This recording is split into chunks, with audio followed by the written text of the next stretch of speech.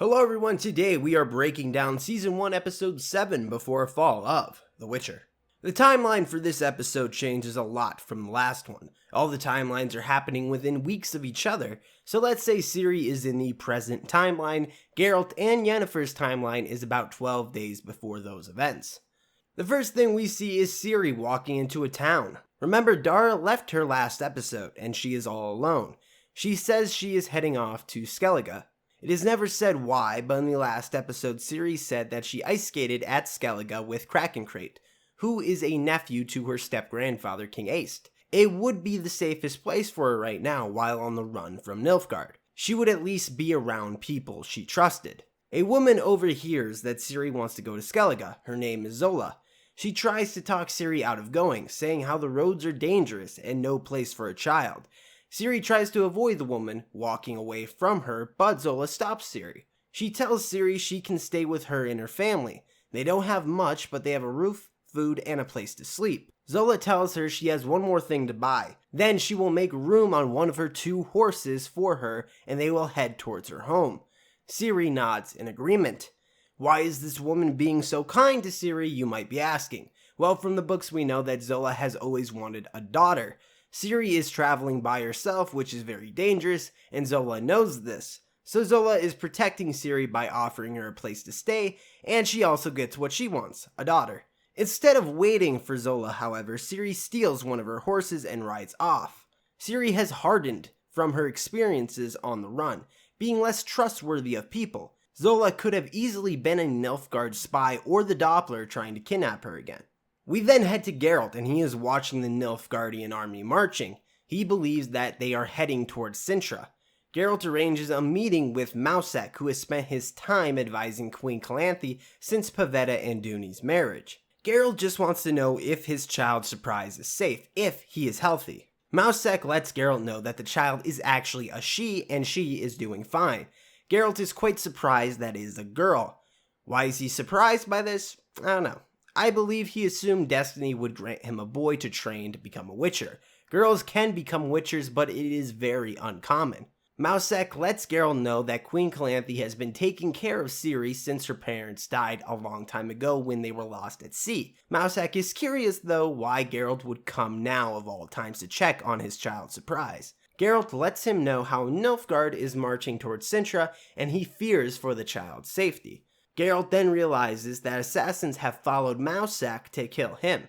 Geralt believes they were sent by Queen Calanthe. Killing Geralt means he can't take Ciri away from her. Geralt takes Mousesack hostage, but the assassins still charge. Mousesack is just able to teleport the 2 to safety. We then hear Queen Calanthe talking with her men. They believe it would be foolish for Nilfgaard to attack now, but Calanthe insists that they will be prepared for when they do. Calanthe, a bit arrogantly, says how they have defeated others who have attacked them before. Nilfgaard is no different. We then see Geralt rushing to meet Queen Calanthe. He still has Mousesack hostage. Calanthe is annoyed seeing Geralt is here. She says she warned him about coming back to Cintra. Geralt says he had no plans on meeting with Calanthe until she sent assassins after him. Calanthe tells Geralt she will pay him whatever he wants if he leaves right now without Ciri. Geralt says he cannot be bought. Mousesack also chimes in saying that you cannot undo the law of surprise. People who have tried ended up dead, and Calanthe should know this. When she tried to kill Duny, Pavetta stopped her with her raw power. Pavetta never showed any magical gifts until that night. Destiny intervened.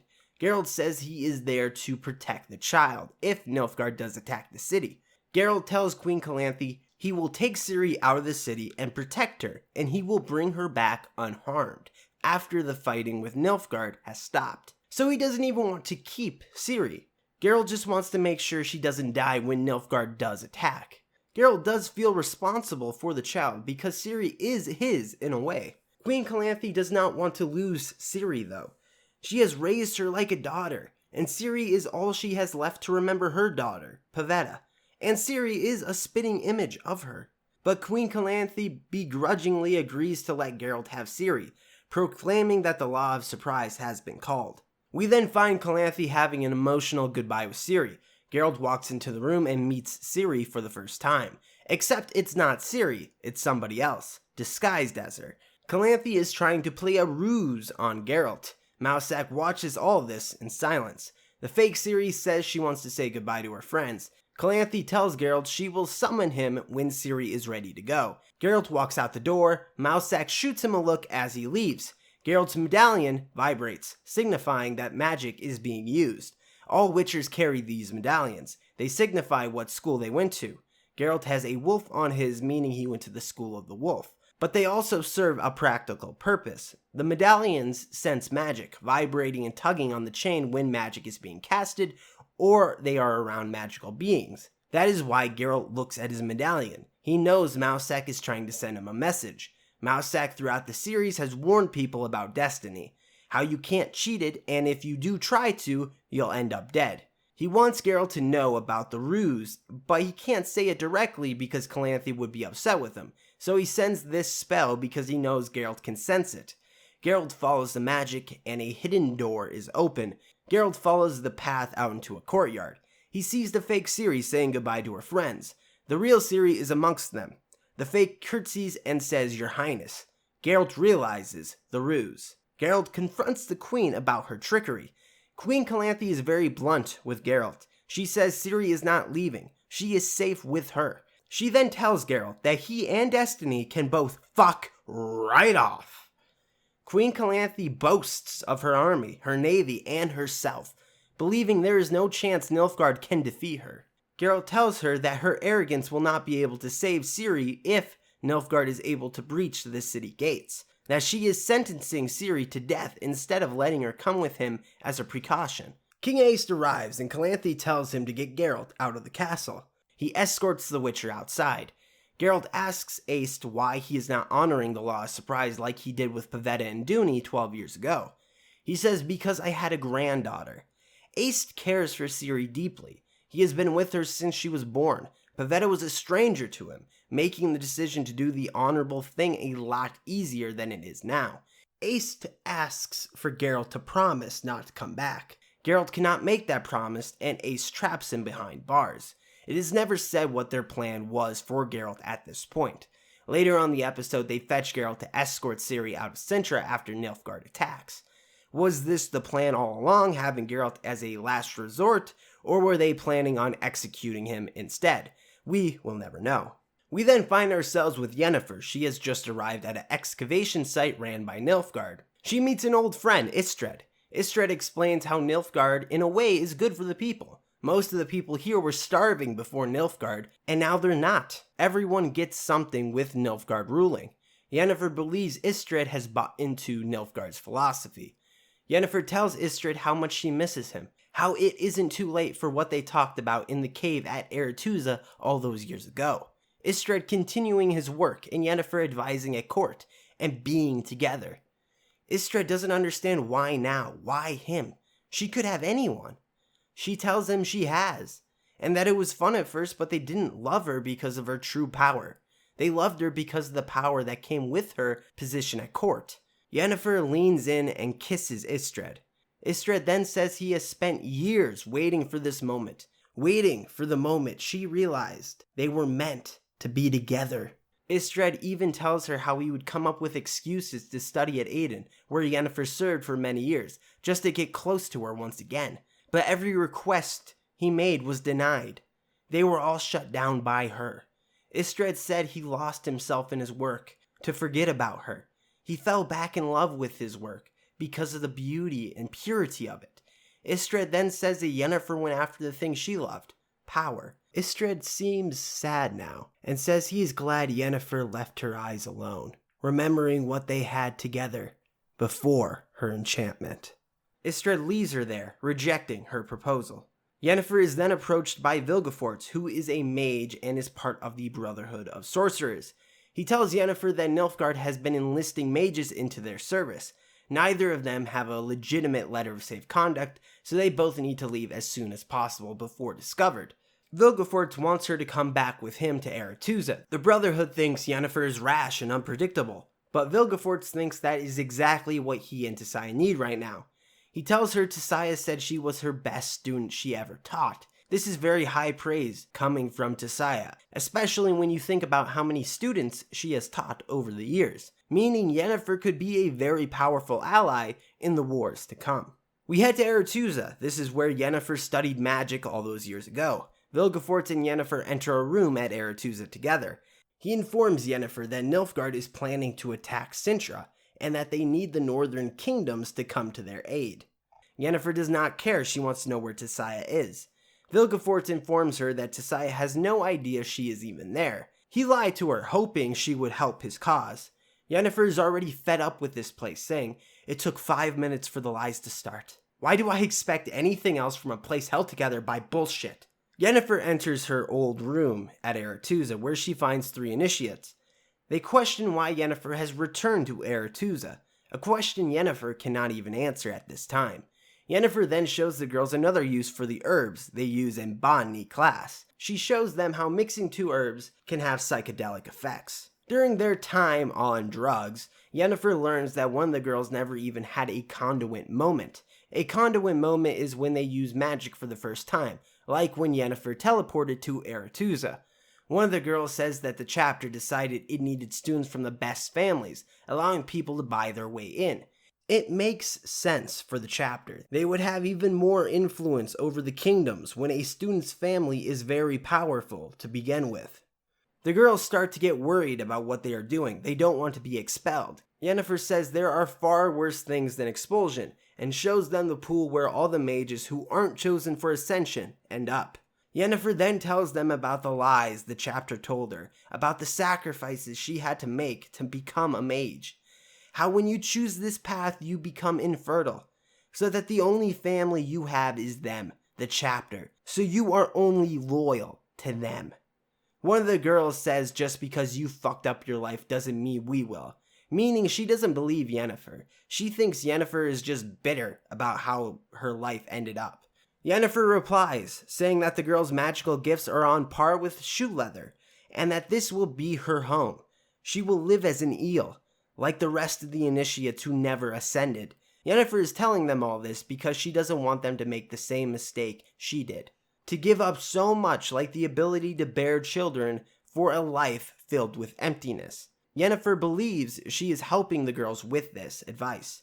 Tissaia finds them and tells the girls to return to their rooms. She then tells Yennefer, "You ruined one life. Stop there." Meaning she believes Yennefer ruined her own life with the choices she has made throughout the years. Yennefer and Tissaia continue to argue until they see a gathering of mages. Yennefer is confused what is happening. Luckily for her, she sees Triss Merigold. Triss was the mage back in episode 3 who helped Geralt with the Striga and advises Temeria. Triss tells Yennefer that Nilfgaard is attacking Cintra, and that this is a meeting of all the northern mages to discuss what to do about Nilfgaard. There are 2 opposing sides during this meeting. One side, which is being argued for by Artorias and Stregobor, have no interest in going to war with Nilfgaard, especially not for Cintra, who has rejected their mages for decades. The other side, which is being argued for by Tissaia, Vilgefortz, Sabrina, and Triss, are for stopping Nilfgaard. Vilgefortz believes Nilfgaard will not just stop with Cintra, they will try and conquer the entire continent. What Vilgefortz's side wants is to convince the other northern kings to send their armies to help Cintra before they fall. Fringilla, the Nilfgaardian mage, barges into the room. She says that Nilfgaard's fight is only with Cintra and nobody else. Fringilla talks about their new leader, how he has helped Nilfgaard grow and prosper. She believes that in taking Cintra, they have a chance to save the continent. Tissaia tells Fringilla she has rejected everything the Brotherhood stands for, everything she learned at Aretuza. Fringilla doesn't believe this, saying that they have tweaked what the Brotherhood is. The core beliefs are still there. Triss then says how Nilfgaardian mages use demonology, necromancy, and fire magic, which is forbidden by the Brotherhood. Necromancy is placing spells on the dead to reanimate them, demonology is the practice of summoning creatures, and fire magic is what it is, fire magic, which is extremely dangerous. Fringilla states that is just a way for the Brotherhood to have more control over their mages. Fringilla actually credits Yennefer for her rise to power. Without Yennefer refusing to go to Nilfgaard, Fringilla would not be where she is today, and neither would Nilfgaard. Throwing a couple of jabs at Yennefer at the end there. Artorias jokes that if they sent Yennefer to Nilfgaard as originally planned, it would still be a shitty Blackwater. Yennefer agrees with that. She then says, "Instead, I went to a prize kingdom and did fuck all for decades, just as you taught us. Helped murderers and rapists keep their crowns." Yennefer, if she had it her way, would want to burn the whole thing down, sick of the hypocrisy and injustice. The chapter votes whether they should help Cintra or not. Most of the mages side with Artorias and Stregobor to allow Cintra to fend for themselves. Yennefer and Tissaia continue their discussion from before.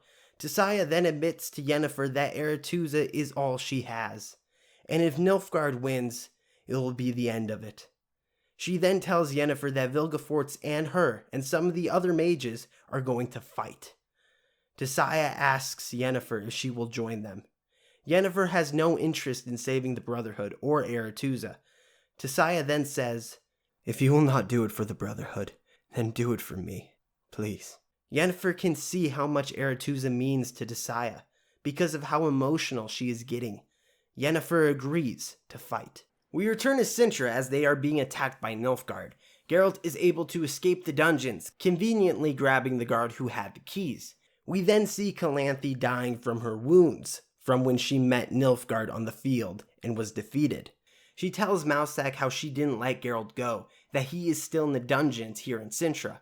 Both Mousak and Calanthe believe that Destiny is punishing them, that Nilfgaard is winning because Calanthe is trying to deny Destiny. Mousak tells her if he could bring Geralt to Ciri here, Destiny may side with us yet. It is a last-ditch effort to save Cintra, hoping Destiny will smile upon them for complying with the Law of Surprise. Mousak heads to the dungeons to get the Witcher, but it is too late. Geralt has already escaped. Mousak informs Calanthe of this. Calanthe loses all hope for her and Cintra, but she still believes Ciri can make it out alive. Calanthe tells Ciri to find Geralt of Rivia, that he is your destiny. What this episode really does is fill in the gaps from the first episode, giving us some backstory to why Nilfgaard is invading, and perhaps a reason why they won, because Calanthe was going against Destiny. How the slaughter of Cintra could have been avoided if Ciri would have been allowed to go with Geralt. It also sheds light on where Geralt was during this. In the books, he is not in Cintra when Nilfgaard attacks. He is pretty much doing what he does next episode during the slaughter of Cintra. I do think this is one of the better stories they have come up with themselves this season. How Calanthe denied Destiny and paid dearly for it. We then head back to the present timeline with Ciri. She is talking to her horse that she stole. She comments how only crazy people talk to their horses. A nice little callback to the first episode where Geralt was talking to Roach. A group of men sneak up on Ciri. They say they are Cintrans. Ciri recognizes one of them, Anton, who played Knucklebones with her. She is happy to see him, but he rudely pushes her aside. They say how Nilfgaard is willing to pay a fortune for her. Anton does not seem to care about Ciri the way she thought he did. They were never really friends. The group of men grab her. Ciri releases a magical pulse, causing the group of men to drop her. They are confused what happened and stare at Ciri. Another magical pulse occurs and we hear a prophecy. "Verily, I say unto you, the era of the sword and the axe is nigh, the era of the wolf's blizzard.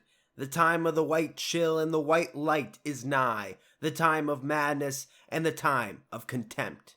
It is an old elven prophecy about the end of the world, foretold by Eithilni. I am going to explain what the prophecy means, or what the elves believe it to mean, so if you don't want to hear it, I would stop watching the video now. It's pretty much over after this anyways. What the prophecy means is that in Ice Age, the white chill will kill all the humans. The only survivors will be the elves, saved by the offspring of the Elder Blood, which we know is Ciri. The era of the sword and axe and the wolf's blizzard means a long war is supposed to occur. We hear Cahir of Nilfgaard say part of the prophecy last episode, saying the era of the sword and the axe is nigh, so it is known amongst Nilfgaardians. They call their emperor the White Flame as well, so they avidly follow this prophecy. It also explains why they are searching for Ciri. Her being a descendant of the Elder Blood means she is supposed to save the world. At least, that is what the prophecy says. It also explains why they refuse to hurt the girl as well. So what did you guys think of episode 7? Leave it down in the comments below, and if you want more Witcher content, please subscribe and check out the Twitter, link in the description below, and as always, have an awesome day.